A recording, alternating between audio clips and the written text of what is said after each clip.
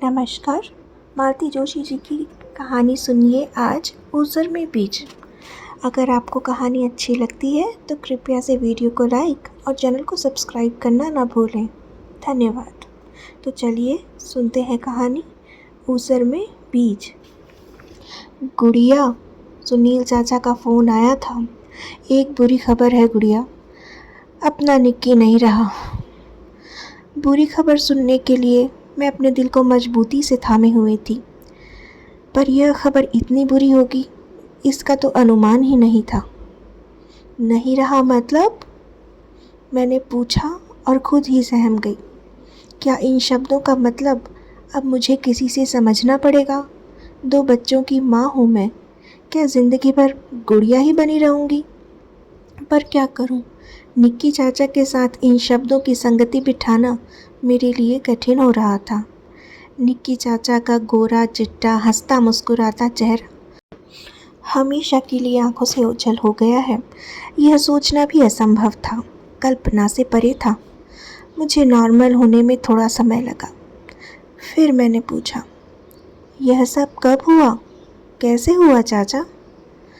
तारीख अभी ठीक से पता नहीं है, 9 या 10 के आसपास समझ लो।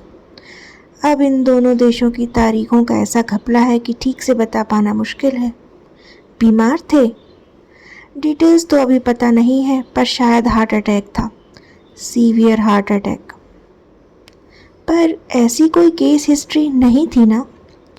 हो सकता है पहला ही अटैक जानलेवा साबित हुआ हो। पर अब एक बात अच्छी ये हुई कि उसने बेहोश होने से पहले एम्बुलेंस को फ़ोन कर दिया था, नहीं तो किसी को पता ही ना चलता और लाश कमरे में पड़ी सड़ती रहती। लाश, 6 फीट लंबे चौड़े निक्की चाचा एकदम लाश में तब्दील हो गए। उफ। अब? मैंने पूछा। अब क्या? बॉडी मॉर्ग में पड़ी है। मैंने बॉडी शब्द को भरसक मन से निकालते हुए कहा। मेरा मतलब था अब आगे क्या विचार है? देखते हैं, सुशील से कहा तो है, कह रहा था कुछ इंतज़ाम करेगा। पीछे से चाची भुनभुना रही थी। हमने तो कितनी बार कहा था राहुल को साथ लेते जाओ, वहीं इसका भी कुछ ठिकाना कर देना, पर नहीं माने। आज लड़का साथ होता तो आखिरी वक्त में पानी पिलाने वाला तो कोई होता। अब चुप भी करो, जब देखो एक ही बात को लेकर बैठ जाती हो। तुम्हारे उस नालायक बेटे को मेरे सिवाय कोई नहीं झेल सकता, याद रखो। मैं डर गई कि अब अगर इन दोनों की जुगलबंदी शुरू हो गई तो मुझे तो ये लोग भूल ही जाएंगे। गनीमत थी कि चाचा को याद था कि फ़ोन के उस पार मैं हूँ। बोले, जो कुछ भी होगा तुम्हें खबर कर दूंगा गुड़िया। चाचा, आपको खबर किसने दी? उसके दोस्त ने, वही मॉन्ट्रियल में रहता है। उसे भी अस्पताल वालों ने खबर दी कि डिटेल्स मिलने पर वह फिर से फ़ोन कर देगा। मैंने सुशील को कल रात ही फ़ोन कर दिया था, पर उतनी रात तुम्हें परेशान करना मुझे ठीक नहीं लगा। इसलिए आपने पूरा 14 घंटे बाद मुझे यह खबर दी है। क्या उससे मुझे परेशानी नहीं हुई होगी? पर यह बात मैंने नहीं कही, चुपचाप फ़ोन रख दिया। उसके बाद कितनी देर तक बैठी मन को सहलाती रही, चुपचाप आंसू बहाती रही। ये टूर पर नहीं होते तो मैं फ़ोन करके उन्हें घर बुला लेती, उनके कंधे पर सिर रख कर खूब रो लेती, निक्की चाचा की यादें ताज़ा करती, उनकी बातें करके मन को हल्का कर लेती। यूँ तो निक्की चाचा घर भर के लाडले थे, पर मुझे हमेशा लगता रहा कि मैं उनके ज़्यादा निकट हूँ। उनका यह नाम भी मेरा ही दिया हुआ था। बचपन में निखिल नहीं कह पाती थी तो निक्की कहती थी। परिवार की बड़ी बेटी थी तो चचेरे फुफेरे भाई बहनों ने भी बाद में यही नाम उठा लिया। वे सबके लिए निक्की चाचा या निक्की मामा हो गए, और तो और भाई भाभीयों के लिए वे निक्की और निक्को हो गए। करीब आधा पौन घंटा शांति से बैठने के बाद मैंने दिल्ली सुशील चाचा को फ़ोन लगाया। चाचा, अभी अभी झांसी से मुझे इस हादसे की खबर मिली है। आपके पास भी फ़ोन आया होगा ना? हाँ, कल रात को ही आ गया था। It was simply shocking. मैं तो अब तक यकीन नहीं कर पा रहा हूँ। अब आगे क्या इरादा है? इरादा क्या होगा, इतनी दूर कोई जाने से तो रहा, तो उन्हें ही यहाँ ले आए।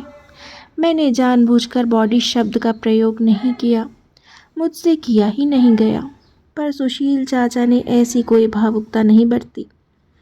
छूटते ही बोले, पागल हुई हो, बॉडी यहाँ लाने का मतलब जानती हो? पूरे 2 लाख का खर्च है। इतना किसके पास है? फिर क्या? सिमी का देवर वहाँ कैलिफोर्निया में है। उतना पास तो नहीं है, पर हमारे मुकाबले पास ही कहा जाएगा। उससे कांटेक्ट कर रहा हूँ। सिमी कौन? तुम्हारी चाची की छोटी बहन, बरेली वाली। चाची की छोटी बहन का देवर? वह निक्की चाचा के अंतिम संस्कार का भार उठाएगा। मेरा मन तो इसके लिए बिल्कुल भी राज़ी नहीं हुआ। आखिर कहीं तो कुछ तालमेल हो। चाचू, इसे तो अच्छा था हम उन्हें यहीं ले आते, सब मिलकर खर्च शेयर कर लेते। कहा ना बेटा, it is a costly affair, और हम सब मिलकर भी कितना इकट्ठा कर लेंगे। मेरी हालत तो तुम जानती हो, और झांसी वाली भाभी का स्वभाव भी तुम्हें मालूम है। भैया कुछ दे भी देंगे तो भाभी मरने के बाद भी निक्की को कोसती रहेंगी। वैसे भी it is sheer waste of money. उसकी हंसती मुस्कुराती छवि हमारे मन में है, वह वैसी ही बनी रहे, यही अच्छा है। sheer वेस्ट ऑफ मनी, ये शब्द चाक की तरह कलेजे को चीरते चले गए, और मैंने फ़ोन रख दिया। चाचा की मृत्यु से मन उतना नहीं कल्पा होगा जितना इन दोनों चाचाओं की बेरुखी से। यही वे लोग हैं जिनकी यादें मन में संजोए वह शख्स परदेश में अपना अकेलापन काट रहा था। इन्हीं की मुंह के डोर में बंधा हुआ वह हर 2 साल बाद ढेर सारा किराया खर्च करके घर आता रहा। जब भी आता चारों तरफ खुशियों की बरसात कर देता। ये खुशियाँ सौगातों के रूप में बरसती। बच्चा बूढ़ा कोई भी उपहारों की लिस्ट में नहीं छूटता था। नए जन्मे बच्चों से लेकर नई ब्याही दुल्हनियाँ तक सब उनकी याद में दर्ज थे। हम लोगों के घरों में जितना भी कीमती और दुर्लभ सामान है, सब निक्की चाचा की बदौलत है। जब तक रहते एक उत्सव का माहौल बना रहता। मैंने 1-2 बार कहा था, चाचा इतने शाह खर्च मत बनो, अकेले हो, बुढ़ापे के लिए कुछ बचा कर रखो। वे कहते, गुड़िया मैं वेलफेयर स्टेट का बाशिंदा हूँ, मेरे बुढ़ापे की फ़िक्र मेरी गवर्नमेंट करेगी। मैं तो यहाँ भागकर इसलिए आता हूँ कि नए बच्चे मुझे याद रखें। भैया भाभी लोग तो मुझे भूलेंगे नहीं जानता हूँ, पर उनका प्यार भी मुझ पर हमेशा बना रहेगा, इसका विश्वास है। पर नए लोगों में तोहफे की शक्ल में अपना प्यार बांटता हूँ। इसी बहाने ये लोग मुझे प्यार करेंगे, मुझे याद रखेंगे, मेरा इंतज़ार करेंगे। कभी कहते, बिटिया खाली हाथ आया मेहमान किसी को अच्छा नहीं लगता। दुनिया में एक ही घर ऐसा होता है जहाँ आदमी बेखटके जब चाहे मुंह उठाए खाली हाथ जा सकता है, वह माँ का घर होता है। पिता का प्यार या स्वागत भी एकदम निरपेक्ष नहीं होता, उनके भी कुछ अरमान होते हैं, पर माँ के लिए तो बेटे का घर आना ही एक सौगात होती है ना। मैं कहती, दादी की बहुत याद आती है ना? हाँ, और तुम्हारी मम्मी भी बहुत याद आती है। जब माँ नहीं रही तो मैं बड़ी भाभी में ही उनकी झलक देख लिया करता था। इसलिए तो हर बार तुम्हारे पास 2-4 दिन के लिए ही सही ज़रूर आता हूँ। निक्की चाचा के भोपाल आगमन की खबर पाते ही मैं अपने घर को झाड़ पोंछ कर चमकाना शुरू कर देती थी। नए पर्दे, नई चादरें, नए कप प्लेटें, नए पाँवपोश, नई बाल्टियाँ, यहाँ तक कि डस्टबिन भी नई ले आती। अपने फ्रिज को कोल्ड ड्रिंक से भर देती, नाश्ते के सामान का अंबार लगा देती। रोज़ के हिंदी अखबार के साथ एक आध अंग्रेज़ी का अखबार मंगाना शुरू कर देती। बाहर आने जाने वाले कपड़ों को रोज़ के लिए निकाल लेती। मेरे पति यह उठापटक हड़बौंग शांत भाव से देखते रहते। कभी मुस्कुराकर कहते, क्यों इतना परेशान हो रही हो? जानती हो कि वे भोपाल तुम्हारे लिए नहीं आते, तुम्हारा घर तो सिर्फ वेटिंग रूम है। तो मैं तुनक कर कहती, कोई ज़रूरी है कि वेटिंग रूम मनहूस ही हो? इसी बहाने घर की थोड़ी शक्ल सुधर जाती है तो क्या हर्ज है। वैसे वे जो कहते ठीक ही कहते थे। मेरे अलावा भोपाल में चाचा के लिए एक और भी आकर्षण था। इनकी राय में तो वही खास आकर्षण था। उस आकर्षण का नाम था शेफाली। शेफाली दास गुप्ता। किसी जमाने में वे चाचा के साथ पढ़ती थी। अब एक बड़े प्रशासनिक अधिकारी की पत्नी थी। चाचा की नज़रों में शेफाली वॉज परफेक्शन पर्सनिफाइड। उनका सौंदर्य, उनका परिधान, उनका केश विन्यास, उनकी गृहसज्जा, उनका अभिजात्य, सब कुछ अल्टीमेट था। मैं सोचती, अच्छा हुआ चाचा ने शादी नहीं की, नहीं तो उनकी बीवी तो शेफाली आंटी की तारीफ सुन सुनकर ही जल भुन जाती।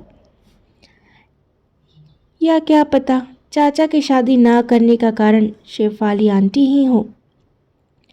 जिस दिन चाचा भोपाल पहुंचते, उसी शाम शेफाली आंटी के बंगले पर हाजिरी देने जाते।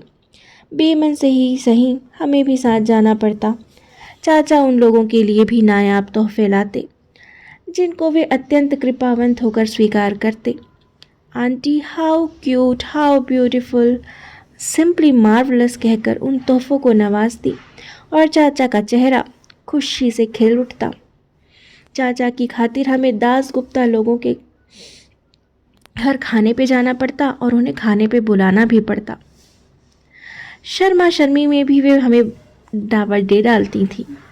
दोनों ही अवसरों पर उनकी बेरुखी साफ झलकती और यह स्वाभाविक भी था। हमारे सामाजिक, आर्थिक और प्रशासनिक स्तर में ज़मीन आसमान का अंतर था। वे लोग चाचा की खातिर हमें झेल लेते थे। बाद में एक ही शहर में रहते हुए भी हम अजनबी हो जाते थे।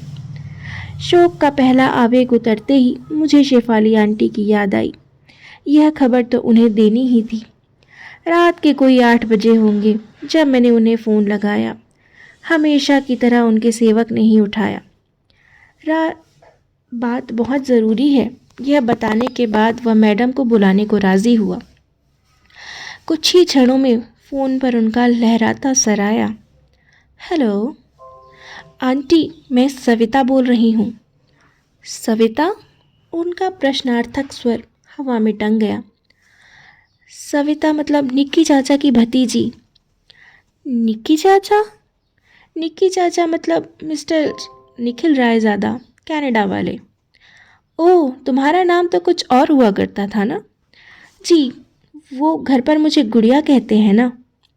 ओके, अच्छा बोलो, कैसे फ़ोन किया? निखिल आए हुए हैं क्या? दरअसल आंटी, मैं कुछ कहने जा रही थी कि कहकहों का एक सैलाब कान से टकराया। आंटी, घर में गेस्ट हैं क्या? हाँ, पार्टी चल रही थी। कोई ख़ास बात? ख़ास बात क्या होगी? यू नो माई हस्बैंड, उन्हें तो बस एक बहाना चाहिए। He is so fond of celebrations. Sorry aunty, आपको डिस्टर्ब किया, मैं बाद में बात कर लूँगी कहकर मैंने फ़ोन रख दिया। दरअसल मैं इतनी बड़ी खबर उस समय उन्हें देना नहीं चाहती थी। उस माहौल में या तो वह गुम हो जाती या उसकी संजीदगी ही खत्म हो जाती। मैंने दूसरे दिन सुबह 9 बजे फ़ोन किया। पता चला साहब मेम साहब दोनों सो रहे हैं। पार्टी शायद रात को देर तक चलती रही होगी। दोपहर को मेरी हिम्मत नहीं हुई, पर आज मैंने रात का इंतज़ार नहीं किया। शाम को ही फ़ोन कर लिया। सविता नाम सुनकर वे असमंजस में पड़ गई, पर आज याद दिलाना नहीं पड़ा, खुद ही याद आ गया। हाँ बोलो सविता। आंटी, आप बिज़ी तो नहीं हैं? बिज़ी क्या, बस क्लब जाने के लिए तैयार खड़ी हूँ। साहब बहादुर तो गाड़ी में जाकर बैठ ही गए हैं, मैं फ़ोन के लिए रुक गई हूँ। क्षण भर को मैं पसोपेश में पड़ गई। फिर सोचा कि बार बार कौन फ़ोन करेगा, जो कहना है अभी ही कहना है। इसलिए एक सांस में कह गई, आंटी एक खबर देनी थी। है तो बुरी खबर, पर देनी तो है ना। निक्की चाचा, I mean mister Nikhil Raizada is no more. 9 तारीख को मॉन्ट्रियल में उनका स्वर्गवास हो गया। ओह, उन्होंने एक आह भरी। बीमार थे? जी नहीं, हार्ट अटैक था, मैसिव हार्ट अटैक। ओह, उन्होंने फिर एक आह भरी। and he was all alone there. So sad. फिर उन्होंने पीछे मुड़कर किसी से कहा, साहब से कहो आ रही हूँ। फिर मुझसे बोली, सविता हम लोग फिर बात करेंगे, चलेगा? साहब बहादुर गाड़ी में जाकर बैठ गए हैं और हॉर्न पर हॉर्न दिए जा रहे हैं। He is so impatient, you know. अच्छा, convey my heartfelt sorry to your family. Okay, see you. मैंने कहना चाहा था कि आंटी, क्या एक दिन निक्की चाचा के सम्मान में आप अपना क्लब जाना स्थगित नहीं कर सकती? इतना तो उनका हक बनता है। पर नहीं कह सकी क्योंकि उस तरफ से फ़ोन रखा जा चुका था और मैं जानती थी कि इस नंबर पर अब मेरी कभी बात नहीं होगी। रिसीवर यथास्थान रखते हुए मैं कह रही थी, चाचू, सारी ज़िंदगी तुम प्यार की फसल उगाने का प्रयास करते रहे, पर लगता है सारे बीज तुमने ऊसर में ही छितरा दिए। उनमें से एक भी तो अंकुर नहीं फूटा। चाचा की मृत्यु से भी ज़्यादा हृदय विदारक यह सत्य था।